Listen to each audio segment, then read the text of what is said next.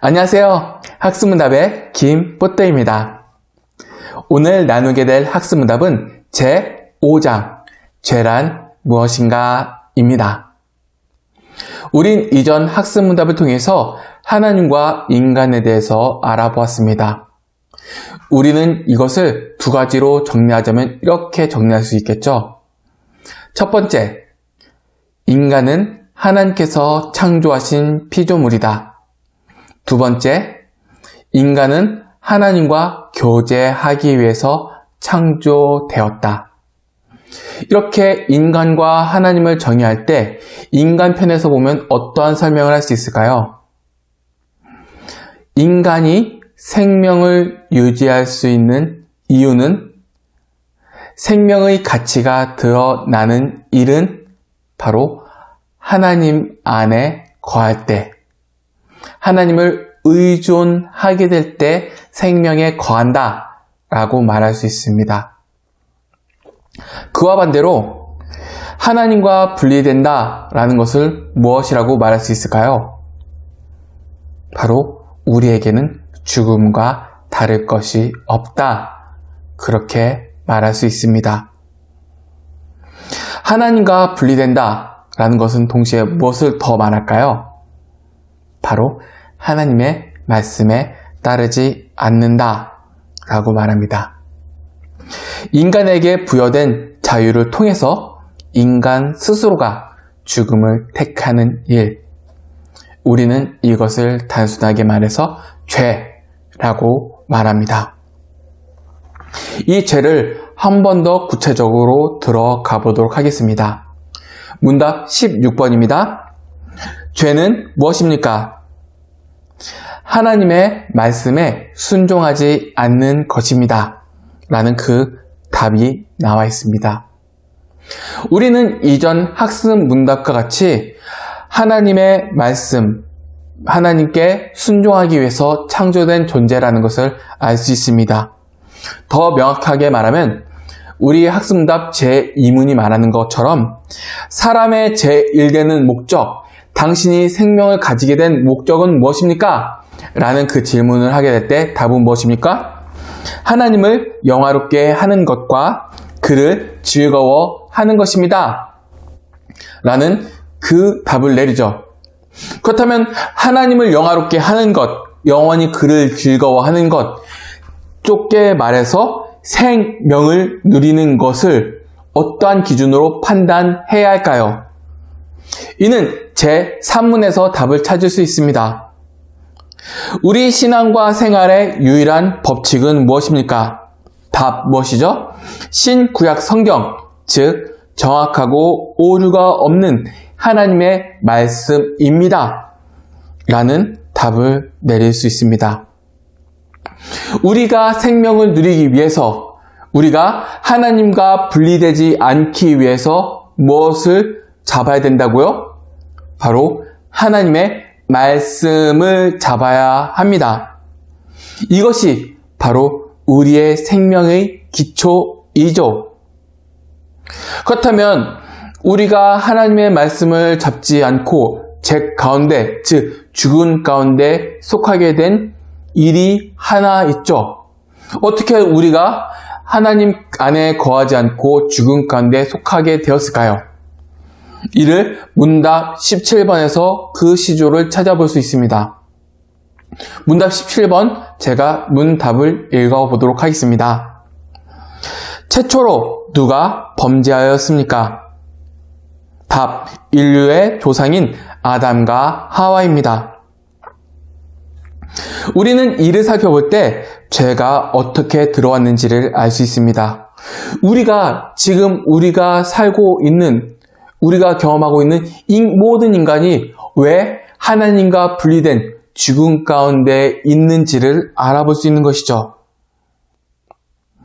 먼저 사람이 죄를 지은 것은 하나님을 하나님답게 보지 않고 자의대로, 내 마음대로 하나님을 바라보는 것으로부터 시작됩니다.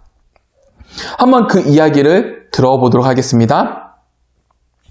하나님께서는 창조하셨습니다. 그리고 인간에게 명령하셨습니다. 하나님은 선과 악을 알게 하는 나무의 열매를 먹는 것 외에 모든 것을 즐기도록 하셨습니다. 넓게 보면 인간의 정치, 경제, 사회, 문화 등등 하나님께서 열어두신 것이 상당히 많습니다. 그렇지만 이렇게 풍성한 하나님에 대해서 인간이 죄를 지을 때 그 하나님을 어떻게 바라보았을까요? 이제 창세기 3장 2절을 통해서 그 바라보는 시각을 제가 보여드리도록 하겠습니다. 3장 2절, 뱀이 하와를 꼬실 때 하와는 이런 말을 합니다. 동산 한가운데 있는 나무의 열매는 먹지도 말고 만지지도 말라고 하셨다. 먹이면 우리가 죽는다고 하셨다. 하나님의 명령은 어떠합니까? 그 하나님, 그 본질, 하나님 그 자체의 명령은 어떠합니까? 먹으면 죽는다 라고 합니다. 그렇지만 하와는 여기에서 어떤 말을 덧붙일까요? 만지지도 말라를 덧붙입니다. 하나님을 왜곡해서 바라보게 된 것이죠. 한번 생각해 보시길 바랍니다. 제가 선과 악을 알게 하는 나무를 지나다가 실수로 그 열매를 만지게 되었습니다.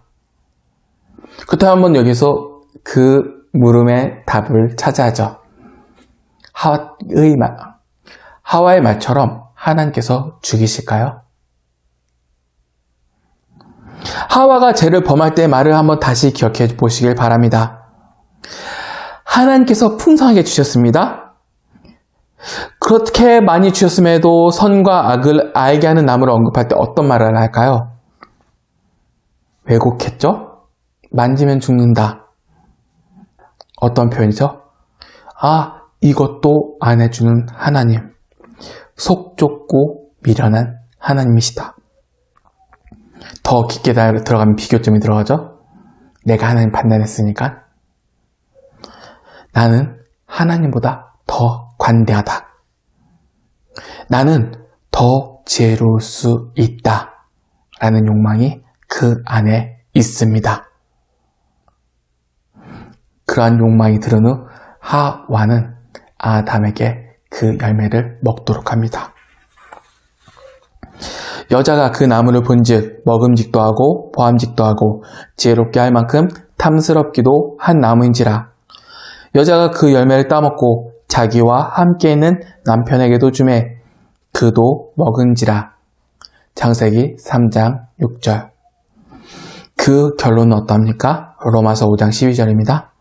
그러므로 한 사람으로 말미암아 죄가 세상에 들어오고 죄로 말미암아 사망이 들어왔나니 이와 같이 모든 사람이 죄를 지었으므로 사망이 모든 사람에게 이르렀느니라.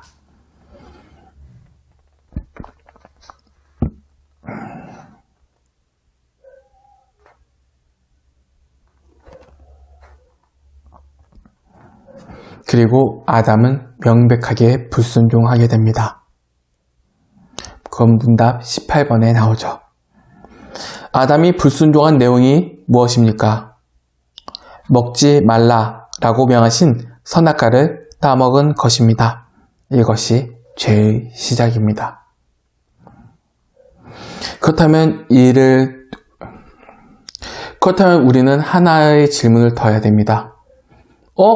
아담이 죄를 지었는데 왜 우리는 죄 가운데 거하게 될까라는 질문입니다. 우리는 이 질문의 답을 원죄에서 찾을 수 있습니다. 문답 19번입니다. 원죄란 무엇입니까? 첫째, 인류의 대표인 아담이 지은 죄입니다. 둘째, 모든 사람이 원죄 가운데 출생합니다. 여기서 말하는 원죄란 아담이 만들어진 본래 목적, 하나님을 영화롭게 하고 그로 기뻐하는 그 목적이 죄로 오염됨을 말합니다. 원래 아담은 하나님의 형상대로 창조되어 하나님의 의로우심에 맞는 의를 가지고 있었으나 그 의를 잃게 되었죠. 그리고 모든 사람이 오염된 상태로 태어나게 되었습니다. 이것을 이렇게 표현하면 좋을 것 같아요. 예를 들어 국가대표를 생각해 봅시다. 과거 우리나라가 일본에 강제 침탈되었을 때 어떻게 해서 우리가 나라를 잃게 되었나요? 우리가 어떻게 일본에게 침탈된 나라 내에서 살아갈 수 있었는가요? 바로 대표라는 사람의 악행으로 국가가 넘어가게 되었죠.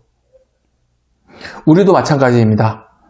아담이라는 대표를 통해서 우리는 죄에 속하게 되었습니다. 이 인간이 오염되었다, 하나님의 뜻을 잃게 되었다라는 것은 하와의 욕구를 통해서도 보여집니다. 3장 6절에 이런 말씀 있죠. 여자가 그 나무를 본즉 먹음직도 하고 보암직도 하고 지혜롭게 할 만큼 탐스럽기도 한 나무인지라. 인간은 선과 악을 알게 하는 나무를 보고 판단할 수 있었습니다. 하나는 먹지 말라고 하셨기 때문에 하나님께서 먹지 말라고 하셨으니까 나 저거 먹는 거 싫어, 미워, 저거 왜 먹어? 라고 하면서 거부할 수 있는, 또한 감정적으로 미워할 수 있는 자유를 가지고 있었죠. 사람이 충분히 선택할 수 있었습니다.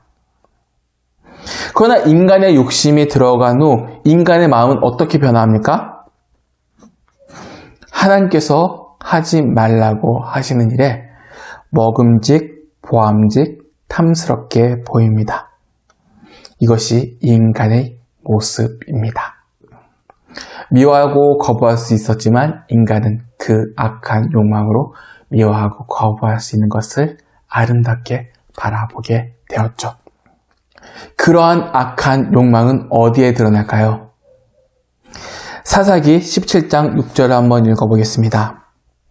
그때는 이스라엘의 왕이 없었으므로 사람마다 자기 소견에 옳은 대로 행하였더라. 사사기 21장 25절입니다. 그때 이스라엘의 왕이 없으므로 사람이 각기 자기의 소견에 옳은 대로 행하였더라. 하나님의 뜻대로, 하나님의 뜻인 형상을 드러내야 할 인간이 하나님의 형상을 드러내지 않는다. 즉, 이는 하나님과 원수되었다, 하나님과 분리되었다, 완전히 부패했다는 것인데, 이를 적극적으로 하나님과 원수된 삶을 산다라고 말할 수 있는 것이죠. 그리고 문답 20번에 우리가 어떻게 그리고 문답 20번을 통해서 우리가 왜 죄를 당연하게 지으며 살 수밖에 없는지, 그 원죄의 시작이 왜 우리를 죄 가운데로 이끌었는지를 알 수 있습니다. 문답 20번 문답을 읽도록 하겠습니다. 원죄를 가진 우리가 스스로 지은 죄를 무엇이라 합니까? 자범죄라고 합니다. 원죄를 지닌 우리는 자연스럽게 죄를 지으며 삽니다. 죄를 짓는 것과 하나님의 뜻을 행하는 것을 이렇게 생각해 보면 좋을 것 같습니다. 우리가 물고기입니다. 그리고 흐르는 강이 있다라고 합시다. 흐르는 강에 그대로 흘러가면 우리는 물살의 저항을 받지 않습니다. 물살의 저항을 느끼지 않죠. 당연하게 흘러간다 라고 생각합니다. 그렇지만 물살의 저항에서 거꾸로 올라가면 어떻게 하죠? 물살과 부딪혀 그 자연스러운 물길에 저항하게 됩니다. 선도, 죄도 마찬가지입니다. 원죄를 가진 우리는 죄가 흘러가는 물살에 맞추어 죄가 당연한 것처럼 죄를 짓는 게 너무나 편합니다. 그렇지만 의를 행하는 것, 하나님의 뜻대로 사는 것은 인간에게는 매우 부자연스러운 일이죠. 내 욕심에 따라 사는 것이 자연스럽고 악하게 사는 것이 인간에게 자연스러운 것입니다. 우리는 이 흐르는 물살에 살고 있습니다. 그리고 물살의 흐름이 자연스러운 것처럼 죄와 함께 흘러가는 것이 자연스러운 존재들입니다. 네, 이제 문답 21번입니다. 원죄와 자범죄를 가진 사람은 어떻게 됩니까? 결과를 알아야죠. 우리의 결과. 자연스럽게 죄를 지은 인간의 결과는 어떠하죠? 21번입니다. 이 세상과 내세에 하나님의 진노와 형벌을 받게 됩니다. 라는 결론을 내릴 수 있습니다. 즉, 인간은 죽는다. 라는 그 결과를 가져올 수 있죠. 이 죽음을 세 가지로 나눠볼 수 있습니다. 첫 번째는 바로 영적인 죽음입니다. 에베소서 2장 1절부터 3절까지를 제가 한번 읽어보도록 하겠습니다. 그는 허물과 죄로 죽었던 너희를 살리셨도다. 그때에 너희는 그 가운데서 행하여, 물살이 흐르죠? 행하여 이 세상의 풍조를 물살이 흐르는 것처럼 자연스럽게 따르고 공중의 권세 잡은 자를 따랐으니 곧 지금 불순종의 아들들 가운데서 역사하는 영이라. 전에는 우리도 다 그 가운데서 우리 육체의 욕심을 따라 지내며 육체와 마음이 원하는 것을 하여 다른 이들과 같이 본질상 진노의 자녀였더라. 영적인 죽음을 말하죠. 그리고 두 번째, 육체의 죽음입니다. 히브리서 9장 27절입니다. 한 번 죽는 것은 사람에게 정해진 것이요 그 후에는 심판이 있으리니. 사람은 생명을 잃게 되죠. 세 번째, 영원한 죽음입니다. 요한계시록 21장 8절입니다. 그러나 두려워하는 자들과 믿지 아니하는 자들과 흉악한 자들과 살인하는 것과 음행하는 자들과 점술가들과 우상 숭배자들과 거짓말하는 모든 자들은 불과 유황으로 타는 못에 던져지리니 이것이 둘째 사망이라. 하나님과 분리되었기 때문에 그에 대한 명백한 심판이 그 죄를 품는 사람에게 정해진 결론입니다. 그렇다면 우리가 여기까지 읽었을 때 그래, 아담이 죄를 지었어, 우리는 그에 속해 있어 라는 것에만 끝나면 우리는 최종적으로 절망 외에는 답이 없습니다. 우리에게 나온 결론은 무엇이죠? 넌 끝이다 라는 결론 외에는 없죠. 우리에게 소망이 있어야 됩니다. 그 소망이 무엇일까요? 우리는 왜 살아갈 수 있을까요? 우리는 어떻게 하나님을 영화롭게 하고 기뻐할 수 있는 그 복에 참여할 수 있을까요?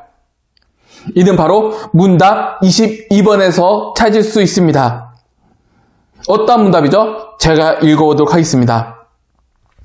멸망받을 죄인을, 바로 나를 또는 우리를 구원하기 위한 하나님의 계획은 무엇입니까? 첫째, 독생자 예수 그리스도를 이 땅에 보내시고, 둘째, 온 세상의 죄를 위하여 십자가에 죽게 하는 것입니다. 그렇게 요한 1서 2장 2절은 이러한 답을 내립니다. 그는 우리 죄를 위한 화목 제물이니 우리만 위할 뿐 아니요 온 세상의 죄를 위함이니라. 그리고 우리는 말합니다. 이것 하나로 우리는 그리스도인이 되었다. 하나님을 영화롭게 하며 산다. 그리고 나는 이 그리스도 안에 있음으로 하나님을 기뻐한다. 이것이 오늘 내리고자 하는 결론입니다. 이만 마치겠습니다.